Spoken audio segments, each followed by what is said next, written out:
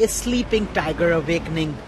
Closed for half a century thanks to military rule and trade sanctions imposed by the West, Burma is emerging from decades of isolation. It's a country of more than 55 million people, yet only a tiny number have mobile phones or even bank accounts. It's endowed with resources like oil and natural gas, yet underserved by infrastructure, power and telecom. And these are all potential opportunities for foreign investors. Burma's total trade, though, amounts to less than $16 billion, and China supplies 40% of its imports.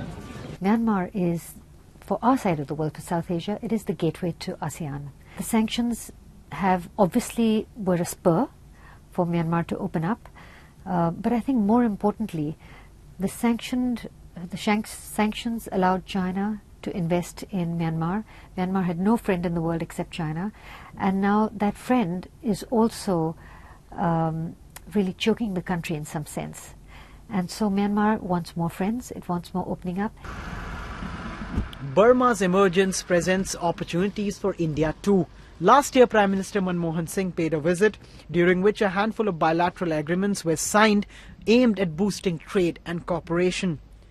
One of those deals saw India's JK Paper agreeing to run Burma's biggest pulp mill. It's also exporting its products to Burma and is looking to invest in a new facility and plantations in the country. You know, I think there's a fair amount of interest from Indian business to look at Burma. The reason is Burma is opening up as an economy now. They have about 60 million people, and as their levels of affluence improves, or the levels of development improves, there will be greater consumption. So that could be a market, particularly since it's not that far away from India. As neighbors, trade links between India and Burma go long back, but the actual bilateral trade between the two countries is really tiny. In fact, it was less than $2 billion over 2011 and 12. Now, among the various exports from Burma to India are wood products like this teak, which the small business Jawahar uses to make end products like doors for homes and offices.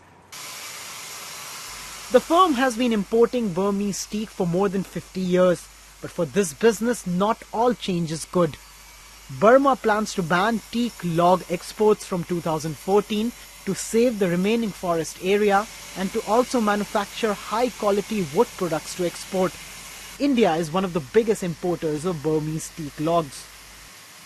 See, the prices will definitely move up. In fact, for the past 8 months, we have seen a price increase in Burma of almost 35 to 40%.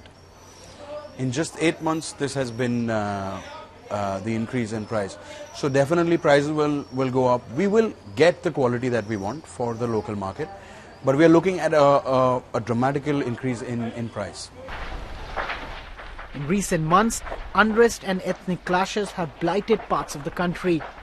Some point out the many risks to doing business there, and while international firms and Indian ones are looking towards Burma for opportunities, there's a long way to go before that economic potential is turned into an economic miracle.